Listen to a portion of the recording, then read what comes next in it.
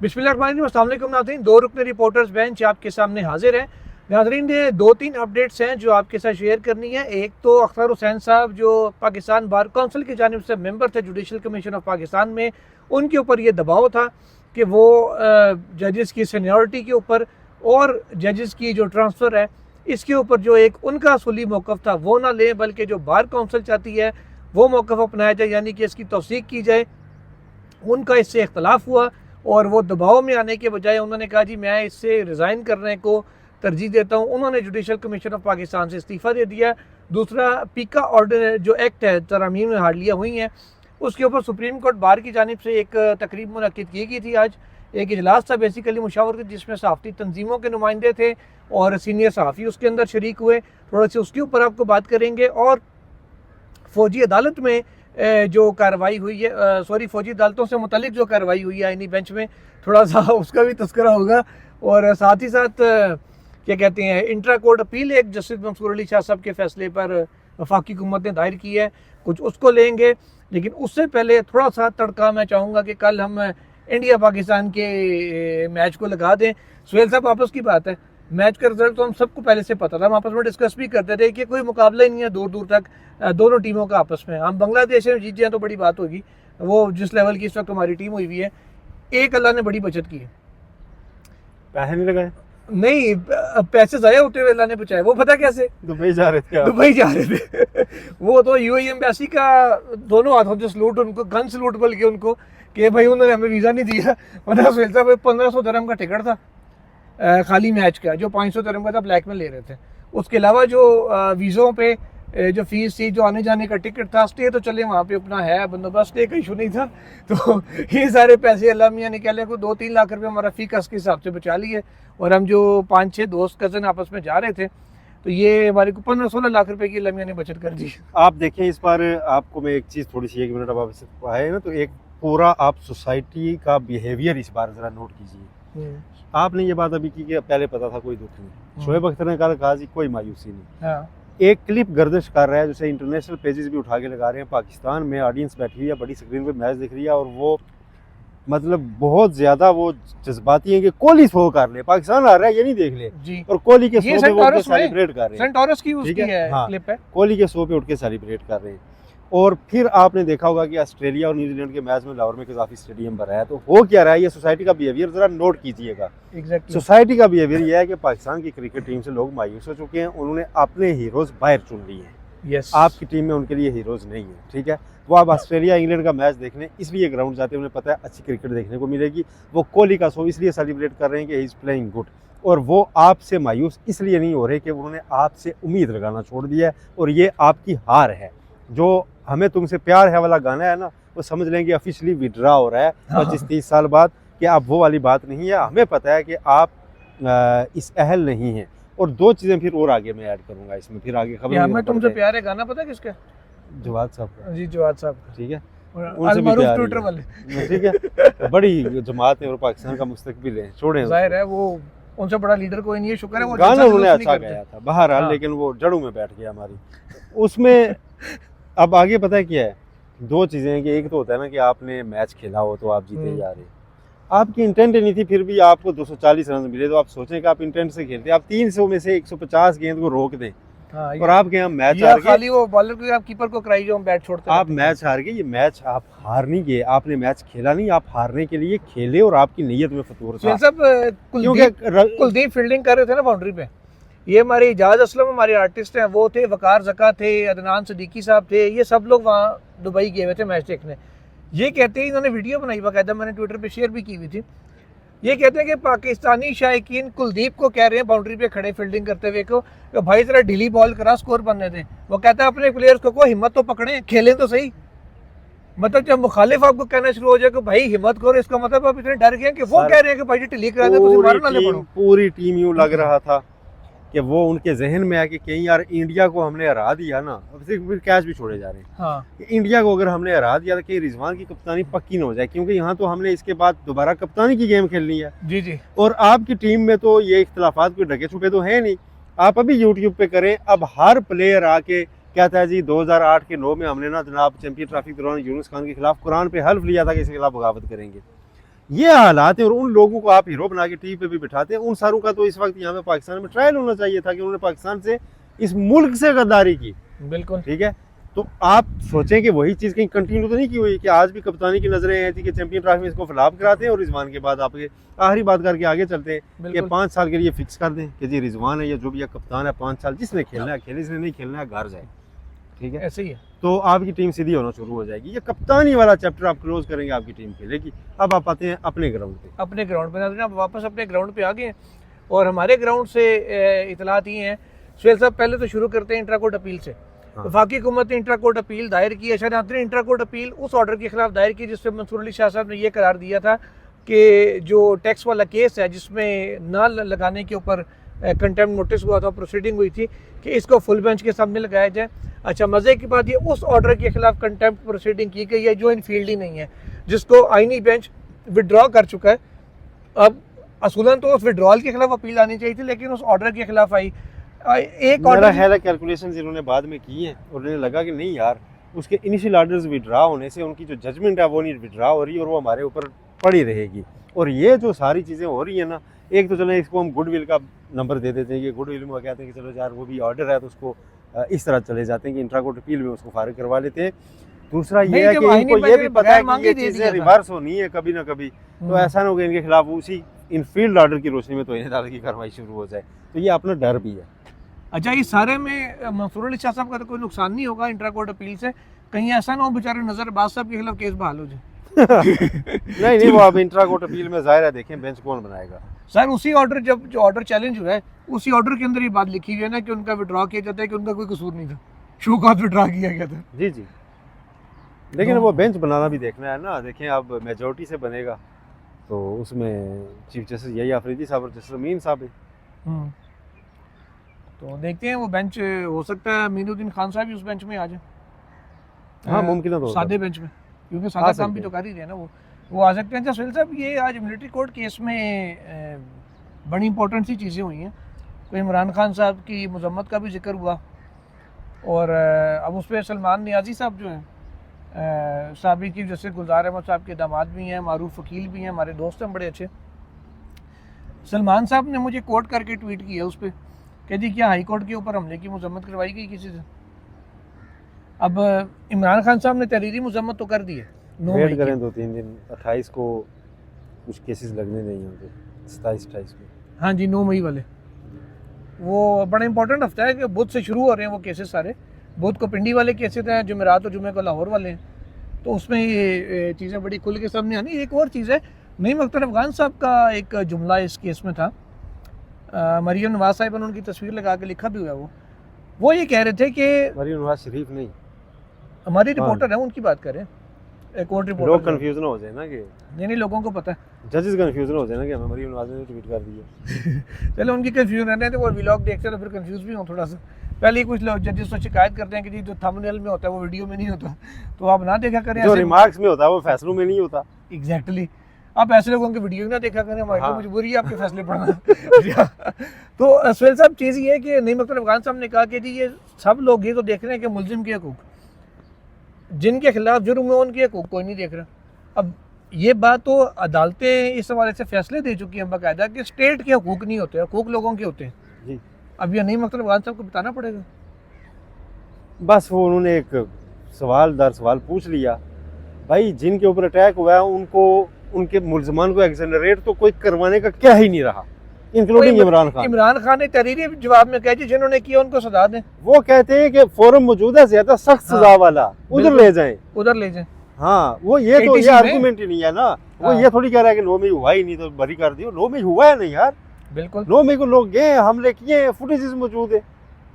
ये तो इनकार ही नहीं है कि 9 मई नहीं हुआ यार, 9 मई हुआ है, उसके ऊपर सजाएं होनी चाहिए, बिल्कुल कार्रवाई होनी चाहिए जिस का जो कसूर है। ये इमरान खान साहब ने लिख के दिया कि करो। हाँ, तो ये सवाल के जी उनके हकूक तो डेफिनेटली ये एक चीज़ तो क्लियर कट है। जब हम भी बात करते हैं कि जी ये ट्रायल इधर नहीं उधर होना चाहिए, तो उसमें ये नहीं है, एक चीज़ तो क्लियर कट है कि ये दिन दोहराया नहीं जाना चाहिए, ये डेड एंड होना चाहिए और इस पर सख्त तरीन डेटरेंस क्रिएट होनी चाहिए और हर तरफ से होनी चाहिए।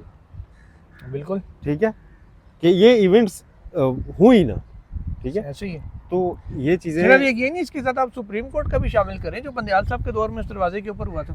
जी तो फिर वो इस्लामाबाद हाई कोर्ट भी शामिल करें, हाँ 97 वाला सुप्रीम कोर्ट का हमला भी शामिल करें, बड़ा कुछ पार्लियामेंट हुआ है, का हमला भी शामिल करें। शामिल करें, ये सब होता रहा है। देखिए मॉब जस्टिस या मॉब वायलेंस जो है ना, वो उसको जस्टिफाई नहीं किया जा सकता, बिल्कुल ठीक ऐसे है, ही। लेकिन ऐसे हालात भी पैदा, फिर एंड पे मैं कहूँगा कि 1% ये भी रख लें कि ऐसे हालात भी पैदा नहीं होने देने चाहिए कि मॉब जस्टिस की तरफ लोग जाएं। इसीलिए हम तो कहते हैं कि अदलिया का पूरा जनाब अपने तमाम तार पावर्स के साथ बहाल होनी चाहिए, ताकि अदलिया का डर हो, और अदलिया को फिर उसके बाद अपने इख्तियारात एक दायरा इख्तियार में रह कर यूज़ करने चाहिए, उसे बाहर नहीं जाना चाहिए। ये वे फॉरवर्ड है। बाकी Exactly. फंसे रहे तो फंसे रहे, फिर फलां ने ये किया था, फलां ने वो किया था। जैसे वो फैमिलियों में झगड़ा हो जाता है तो जी जब वो सुलह कराने, नहीं जी इसने वो फलां सन मेरे ना पुत्र थी, फलां ने शादी नहीं है, ऐसी फिर आगे नहीं बढ़ा जाता। ऐसे ही है। और अब कल नाज़रीन उज़ैर भंडारी साहब जो इमरान खान साहब के वकील हैं, बड़े ज़बरदस्त उनके आर्गूमेंट चल रहे हैं, तो उनके दलाइल कल भी जारी रहेंगे, कल भी अपडेट उससे आपसे शेयर करेंगे जो भी उस केस से होगी। सुहेल साहब अगली स्टोरी की तरफ आते हैं। आज नाज़रीन सुप्रीम कोर्ट बार एसोसिएशन की जानिब से पीका कानून, जो मुतनाज़ कानून है एक, उसमें तरमीम के ख़िलाफ़ एक अपने फोरम पे इजलास बुलाया गया था, जिसमें मुनीज़ा जहांगीर साहिबा, आसमा जहांगीर साहिबा की जो बेटी हैं वो उसमें मॉडरेटर थी, और साथ उनकी कोलैबोरेशन था उनका और ये सुप्रीम कोर्ट बार का। उसमें हमें भी मींस के प्रेस एसोसिएशन और सुप्रीम कोर्ट की जो पूरी हमारी एग्जेक्टिव बॉडी 8 बंदों की मुंतखब काबीना है, हम सबको बुलाया गया था, तमाम मेम्बरान को भी शिरकत की दावत थी। तो साथ हामिद मीर साहब थे, मज़हर अब्बास साहब थे, जाहिद हुसैन साहब और सीनियर जर्नलिस्ट जो हमारी तंजीमें हैं तमाम धड़ों की, वो भी इसमें मौजूद थे। हाई कोर्ट से हुसैन चौधरी साहब थे, नुमाइंदगी उन्होंने की थी। सुहेल साहब उसमें हुआ ये कि वो ये चाह रहे थे, क्योंकि वो सबको पता है आजम तारड़ साहब का ग्रुप है, जी वो ये चाह रहे थे कि जी शुएब शाहीन साहब को भी उन्होंने कहा उस इजलास में बैठे हुए कि शुएब साहब लीगल पॉइंट आउट कर दें कि किस किस शिक के ऊपर एतराज़ है। उन्होंने कहा जी मैं आपको लिख के दे दूंगा बाद में, अभी तो मैंने सरसरी से इसको देखा है, लेकिन ओवरऑल हम आपके साथ हैं, मीडिया के साथ जो ये करना चाहें। अच्छा, शिकवार मैंने कुछ चीज़ें पॉइंट आउट ज़रूर की, निशान लेके रख लिए, लेकिन हमारे तमाम सीनियर्स का, मज़हर साहब का, जाहिद हुसैन साहब का, और सब का मौक़िफ़ ये था, मतीउल्लाह जान भी थे उसमें, असद तूर भी थे, कि भाई हमने शिकों पे जाना ही नहीं है, ये एज अ होल ही हम इसको नहीं मानते।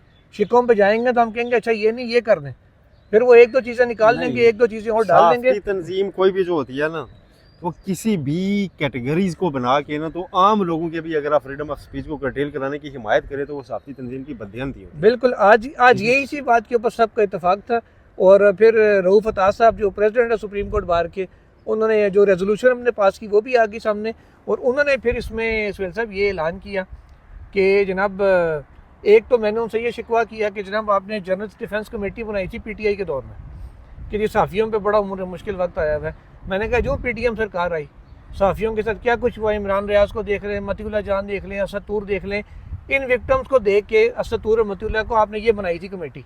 अब वही विक्टम्स के साथ जो बाद में हुआ वो आपने देखा, आपने कमेटी तहलील कर दी, उन्होंने ऐलान किया जी हम कमेटी जो है ना वो दोबारा जर्नलिस्ट डिफेंस कमेटी बना रहे हैं। इसको फॉलो भी करें ना फिर आप। अब फॉलो अप होगा, उनसे प्रोग्राम के बाद भी बात हुई, उन्होंने कहा आप आ जाए तो बैठ के इसमें देख लेते हैं कि किस मेंबर को डालना है, किसको नहीं डालना है, क्या करना है। एक तो वो फॉलो हुई, उसमें नाज़रीन ये होगा कि हमारी जो लीगल फर्टेनिटी है ऑन बोर्ड आएगी, नंबर 1। नंबर 2 उसका फ़ायदा ये होगा कि वकील के लिए अखराजात जर्नलिस्ट जो भी मुतासरा होगा उसकी फैमिली को नहीं करने पड़ेंगे, वो सुप्रीम कोर्ट बार और पाकिस्तान बार से हमें मिल जाएगा। और जाहिर है जब एक तंजीमें सारी साथ आगे खड़ी होंगी तो फिर वो बार भाग नहीं सकेगी उस अंडर द कॉन्ट्रैक्ट। तो वो एक चीज़, एक अच्छी चीज़ ये हुई है। साथ उन्होंने, मैंने उनको फिर सबके सामने कहा, उन्होंने कहा जी हाई कोर्ट में आप लोगों ने चैलेंज कर दिया, हमने बोर्ड नहीं रखा, मेरे आपसे शिकवा है। तो मैंने कहा जी प्रेस एसोसिएशन सुप्रीम कोर्ट और सुप्रीम कोर्ट बार मिल के चैलेंज करते हैं, आ जाए मैदान में।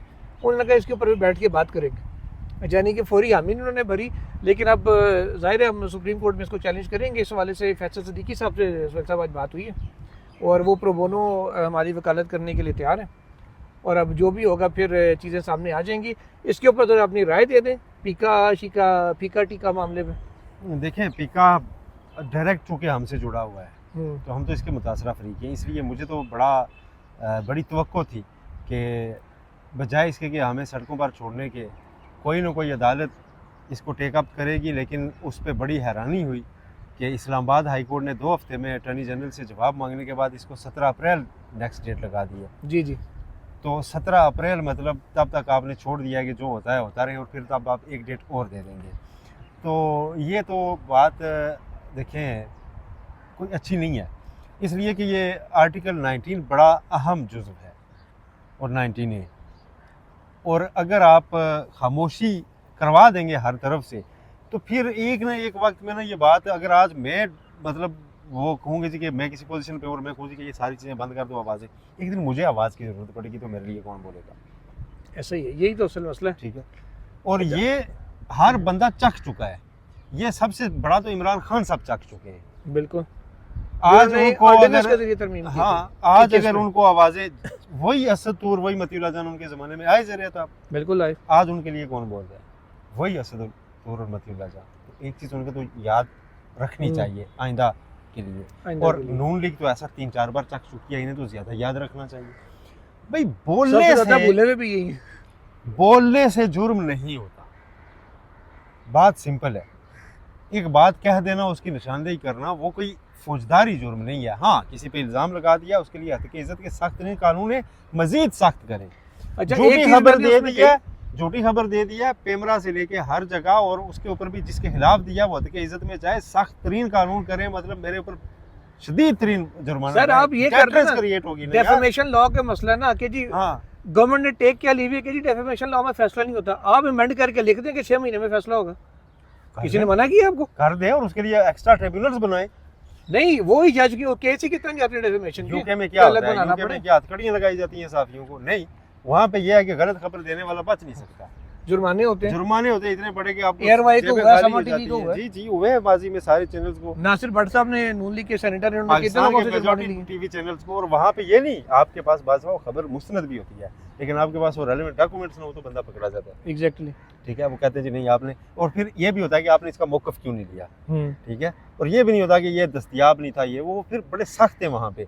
तो आप यहाँ पे ये चीज़ें कर सकते हैं, उसमें उससे तो हमें कोई एतराज़ नहीं होना चाहिए ना, मुझे तो कम से कम नहीं है। इस पे तो किसी को कोई एतराज नहीं है ना, कभी किसी पे झूठा इल्जाम लगाया है, ना डेफेमेशन लॉ अपना मजबूत, ना गवर्नमेंट को बिला वजह वो करने की जरूरत होती है हमें। ठीक है, जो बात करते हैं उसके पीछे कोई ना कोई होती है बुनियाद, तो करते हैं और फिर वो सामने आ जाती है। अच्छा सर, मैंने उसमें एक और बात भी कही इजलास के अंदर, जो मुख्तसर सी मैंने बात की, मैंने उसमें ये कहा इनको कि रूफ अता साहब को, प्रेसिडेंट सुप्रीम कोर्ट बार को, कि जनाब आप लोग अतर मिनला साहब ने 2021 में जब इमरान खान साहब की दौरे हुकूमत में पीका ऑर्डिनेंस आया था, यही तरह ऑर्डिनेंस के जरिए आई थी, उन्होंने स्टे ऑर्डर दे दिया था, वो तो कलदम भी कर गया। हाँ, तो मैंने उन्हें कहा जनाब उस वक्त अतर मिनला साहब ने स्टे ऑर्डर दिया था।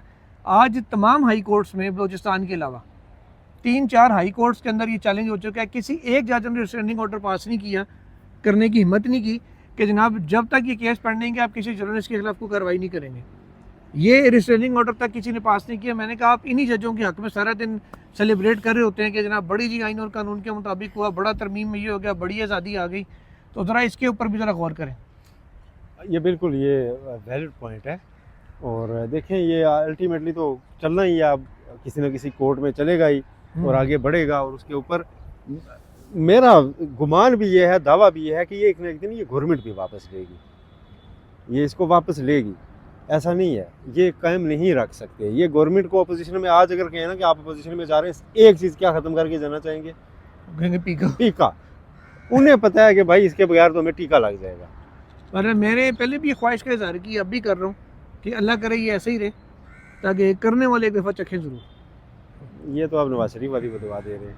नहीं, उन्होंने किया ना। लोग कहेंगे पता नहीं इल्ज़ाम लगा रहा हूँ, उन्होंने बाकायदा मेरे सवाल पे कहा था। नैब कोर्ट में बैठे हुए जब वो कैद थे, बहुत परेशानियों में थे, मैंने कहा अब तो आप हुकूमत में आए तो यकीनन ये जो नैब के ऊपर आप इतना कह रहे हैं तो ये ख़त्म करेंगे। उन्होंने सोच के नहीं, मैंने भुगता, बाकी भी भुगतेंगे, और भुगत भी रहे हैं, अब भुगत भी रहे। चलें, अब हम भी ये कह रहे हैं, बाकी भी भुगतेंगे। अच्छा, वैसे क्या है, मियाँ साहब रहे थे, और मियाँ साहब ने नैब अभी जन्म भी नहीं लिया था, तो सैफुर रहमान का एहतसाब कमीशन जो है ना खड़ा किया हुआ था, और जरदारी के खिलाफ केसेस बनाए हुए थे, तो भुगताने का आगाज़ भी तो इन्होंने किया था ना। भुगताने का आगाज़ तो कोई मतलब बाहर से तो नहीं हुआ था। ऐसे ही है, यही सारी बात है। नाज़रीन, आज सब कुछ चीज़ रह गई है, कंक्लूड करें तो नाज़रीन एक स्टोरी मेरे ख्याल में एक चीज़ जो चीफ जस्टिस साहब की मुलाकात थी ना, जी PTI से, हाँ। उसके बड़े आफ्टर शॉक्स आ रहे हैं। आज डॉक्टर बाबर रहमान साहब ने कॉलम लिखा है, अच्छा। उस कॉलम में उन्होंने लिखा थी कि मैंने उधर कहा था कि ये ज़मानतों के जो मामलात है ना, ये नहीं लग रहे हैं, उनको जल्दी लगना चाहिए। तो मेरे कहने पे उन्होंने फौरी तौर पर रजिस्ट्रार को और ऑफिस को इंस्ट्रक्शंस दी और वो केसेस लगे हैं। ये बाबर रहमान साहब का दावा है। मैं आपको लेकिन जो लगे हैं ना, सुने जो केस लगे हैं वो ज़मानत मनसूखी के लगे जो भी है ना उसमें ट्रैक्शंस आ सकती हैं। देखिए, मैंने जनाब चीफ जस्टिस याहिया अफरीदी से दरखास्त ज़मानत के आदियों की सज़ाओं की मुअत्तली की दरखास्त और स्टे मैटर फौरी तौर पर फिक्स करने की दरखास्त की, जिस पे जनाब चीफ जस्टिस साहब ने रजिस्ट्रार समेत अमले को अर्जेंट केसेस फिल 4 प्रोसेस करने का हुक्म दिया। और आपको पता है उसी दिन काज लिस्ट आई थी। हाँ जी, ठीक है, तो फैक्ट तो इसको सपोर्ट करता है। ठीक है, फिर कहते हैं जी उमर अयूब, शिबली फराज और अरकान वफद ने बलूचिस्तान समेत गुमशुदा अफराद की बात की। ठीक है, और उस पर तो चीफ साहब कहते हैं मेरा टॉप प्रायोरिटी। अच्छा सुहेल साहब, याद आया, चलें उसको कल के व्लॉग के लिए छोड़ते हैं। अच्छी स्टोरी है एक लापता अफराद की कमीशन के हवाले से, उसका टाइम कम है, कल पे छोड़ते हैं उसे। नाज़रीन, आज के लिए इतना ही, या इस व्लॉग के लिए इतना ही। इजाज़त दीजिए, अल्लाह हाफ़िज़।